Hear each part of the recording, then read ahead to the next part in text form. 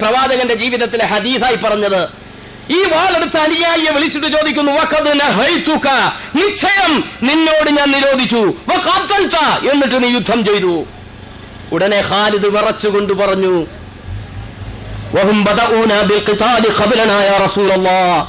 അവരാണ് യുദ്ധം ചെയ്തത് നബിയെ, അവരാണ് തുടങ്ങിയത്.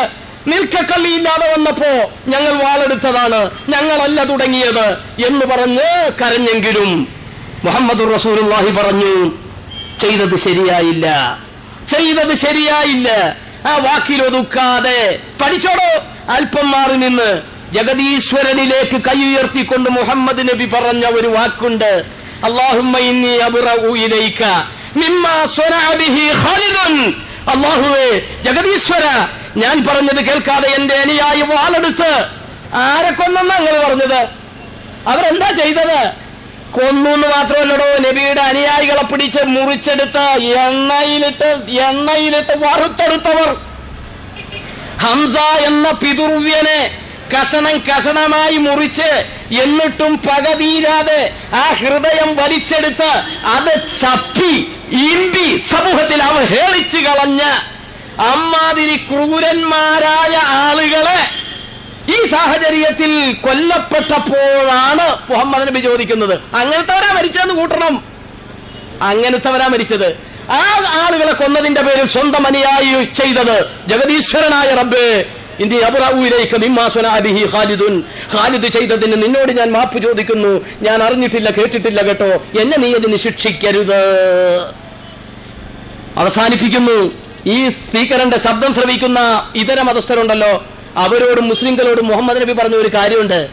ഇപ്പോഴല്ലേ ഗ്യാസൊക്കെ വന്നത് അടുപ്പിലേക്ക് വിറക് കൊല്ലി വെക്കുമ്പോ സാവിത്രിമാരെ, ഫാത്തിമമാരെ, മറിയാമ്മമാരെ ആ കൊല്ലികൾ അടുപ്പിലേക്ക് വെക്കുന്നതിന്റെ മുമ്പ് ശരിക്കൊന്ന് തട്ടി കുട്ടി പൊട്ടി അതിലുള്ള ചെറിയ പ്രാണികൾ നിലത്ത് പോയി എന്ന് ഉറപ്പുവരുത്തിയതിന്റെ ശേഷമേ ആ വിറകിന്റെ കൊല്ലികൾ അടുപ്പിലേക്ക് വെക്കാവൂ എന്ന് പഠിപ്പിച്ച, ആ ചെറിയ ജീവികളെ പോലും സൂക്ഷിക്കണമെന്ന് പഠിപ്പിച്ച ഒരു പ്രവാചകൻ ജനങ്ങൾ കൂട്ടം കൂടി നിൽക്കുന്ന സ്ഥലത്ത് കൊണ്ടുപോയി ബോംബ് വെച്ചിട്ട് അത് ഇസ്ലാമാണ്, അത് മുസ്ലിമാണ്, അത് ഭീകരതയാണ് എന്നൊക്കെ ജനങ്ങളെ കൊണ്ട് പറയിപ്പിക്കാൻ എന്റെ പ്രിയപ്പെട്ട സഹോദര, അങ്ങനത്തെ ഒരു പ്രവാചകനെയല്ല ദൈവം നിശ്ചയിച്ചത്. ഭൂമി ലോകത്ത് താമസിക്കുന്നവരോട് മുഴുവൻ നിങ്ങൾ കൃപ ചെയ്തോ, ജാതി നോക്കണ്ട, മതം നോക്കണ്ട, എങ്കിൽ വിണ്ണിലുള്ള വിധാതാവ് നിങ്ങൾക്ക് കൃപ ചെയ്യുമെന്ന് പഠിപ്പിച്ച മുസ്ലിം സഹോദരന് അമ്പലത്തിൽ പോയി നീ തൊഴണ്ട. ആ അമ്പലത്തിൽ പോയി വന്ന സഹോദരന് 10 രൂപ സംഭാവന കൊടുത്താലോ, അരിമേടിക്കാൻ കാശ് കൊടുത്താലോ നിന്റെ റബ്ബിന് പൊരുത്തപ്പെടുന്ന പണിയാണ്.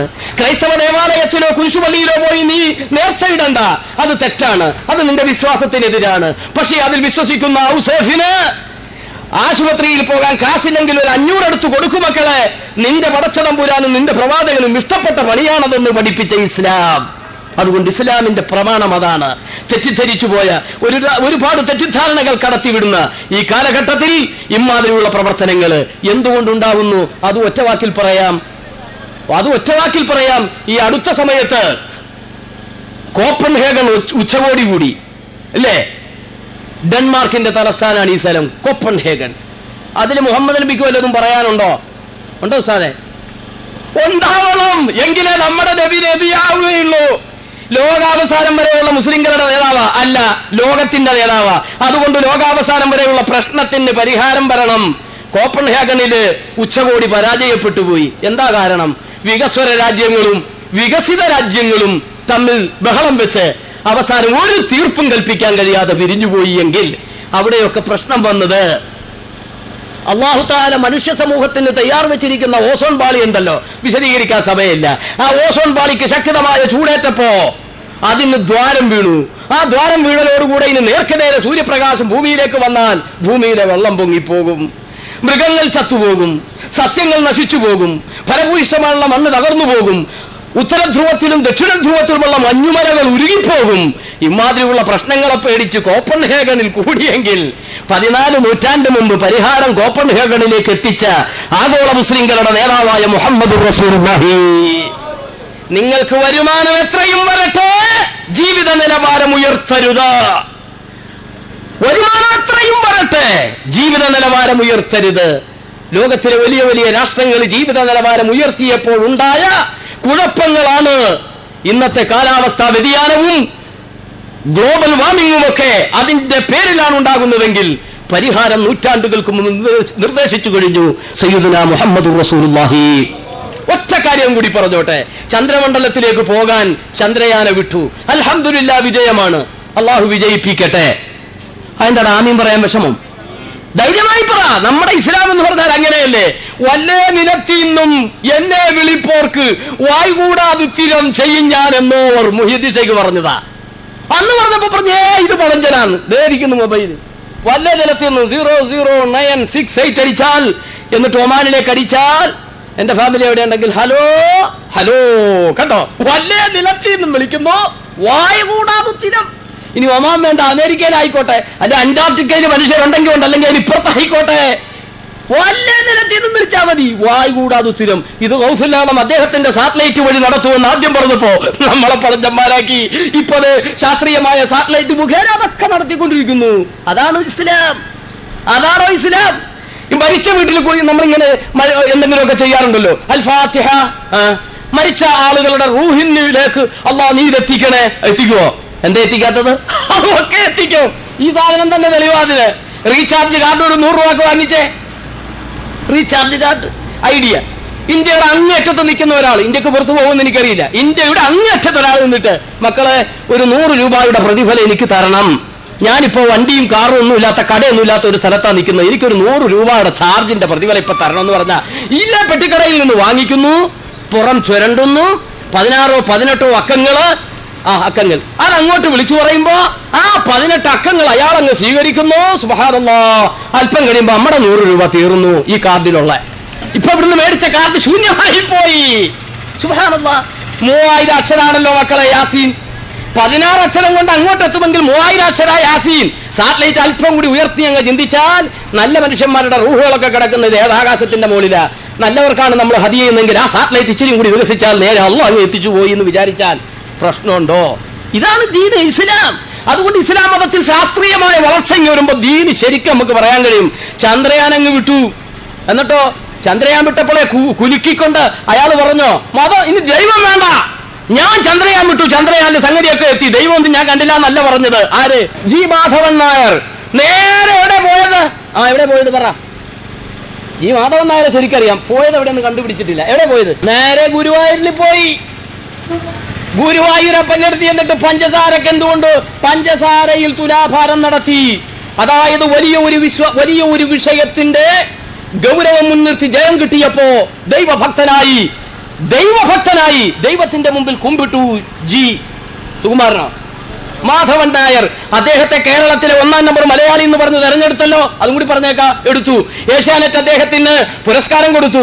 തത്സമയ സംപ്രേഷണം ഞാൻ കണ്ടപ്പോ അദ്ദേഹം പറയുന്നു, കേരളത്തിൽ എന്തെങ്കിലും പ്രശ്നങ്ങൾ നേരിട്ടാൽ ഈ കേരള ജനതയെ എങ്ങോട്ട് താമസം മാറ്റണം? ചൊവ്വായിലേക്ക്. അതിനുള്ള ശ്രമമാണ് ഇനി അടുത്തത്, ചൊവ്വായിലേക്ക് മാറ്റണമെന്ന്. ഇത് വലിയൊരു കാര്യ. എന്റെ പൊന്നുമക്കളെ, ആ ചൊവ്വായിലും ബുധനിലും ശുക്രനിലും വ്യാഴത്തിലും ഒക്കെ ആളുകളെ താമസിച്ച് റെസ്റ്റോറന്റ് തുടങ്ങിയ ഇസ്ലാമും മുഹമ്മദ് നബിയുടെ ഉള്ളപ്പോ നമുക്ക് ഇതെന്ത് പുത്തരിയ? നുബുവത്തിന്റെ 11ാം കൊല്ലം റജബ് മാസം 27ാം തീയതി ബുറാഖ്. എന്തായി ബുറാഖ്? ബർക്ക് എന്ന് പറയുന്ന പദാർത്ഥത്തിൽ നിന്ന് പിടിച്ചെടുത്ത ബുറാഖാണ്. ഇടിമിന്നൽ സ്പീഡിൽ പോകുന്ന വണ്ടി. ഡ്രൈവർ മോശക്കാരനായാൽ എവിടെയെങ്കിലും കൊണ്ടേ കുത്തിക്കയറ്റും. അതുകൊണ്ട് ഡ്രൈവറെ, ഉഷാറുള്ള ഡ്രൈവറെ കൊടുത്തു മലക്ക് ജിബ്രീൽ. ആ നല്ല ഡ്രൈവറെയും നല്ല വണ്ടിയെയും കൊടുത്ത് മുഹമ്മദ് നബിയെ കയറ്റി 1ാം ആകാശം. അവിടെ ചെന്ന് വാതിലെ മുട്ടി. ഹദീസ് സ്വഹീഹാണ്, പഠിച്ചോ, കളയില്ല. വാതിലെ മുട്ടി. അപ്പൊ അവിടുത്തെ മലക്കുകൾ ചോദിച്ചു, ആരാ? മുഹമ്മദ് നബി. അല്ല, ജിബ്രീൽ. ജിബ്രീലെ കൂടാരാ? അത് മുഹമ്മദ് നബിയാ. വാതിൽ തുറന്നു. അവിടെ ആരെ കണ്ടത്? മനുഷ്യനായ ആദം അലൈഹിസ്സലാം. 2ാം ആകാശത്തില് ഈസ. 7 ആകാശങ്ങളിലും മനുഷ്യരെ കണ്ടു എന്ന് പറഞ്ഞാൽ ഈ ജി മാധവൻ നായർക്കും അല്ലാത്ത നീലാം സ്ട്രോങ്ങുമാർക്കുമെല്ലാം പ്രചോദനം കിട്ടാൻ ലോകാവസാനം വരെ വരുന്ന വിഷയങ്ങൾക്ക് നേതൃത്വം കൊടുക്കേണ്ട മുഹമ്മദ് നബിയെ കൊണ്ട് ജഗദീശ്വരനായ അള്ളാഹു അങ്ങനെ ഒരു സംവിധാനം അറേഞ്ച് ചെയ്തു. ചന്ദ്രനിൽ മനുഷ്യവാസം പറ്റും, ചൊവ്വയിൽ പറ്റും, ബുധനിൽ പറ്റും, വ്യാഴത്തിൽ പറ്റും, യുറാനാസിൽ പറ്റും. അങ്ങനെ പോയി 7 ആകാശങ്ങളും കടന്നു ചെന്ന ഒരു സ്ഥലമുണ്ട്. അവിടം വരെ ചെന്നിട്ട് ഞങ്ങൾക്ക് വിവരം തരട്ടെ അതേ എത്തിയിട്ടുണ്ട് എന്ന്. അത് നടക്കൂല. അവിടം വരെ ഒന്ന് പോകാൻ ആർക്കും നടക്കൂല്ലെങ്കിൽ നിങ്ങളുടെ ഭക്ഷണം, നിങ്ങളുടെ റെസ്റ്റോറന്റുകൾ ആകാശങ്ങളിലുണ്ട്. 4000 റൂമുള്ള ബിൽഡിംഗ് ആണ് അമേരിക്കൻ കമ്പനി ചന്ദ്രനിൽ പണിയാൻ പോകുന്നത്. ചൊവ്വയില് പണി തുടങ്ങിക്കഴിഞ്ഞു.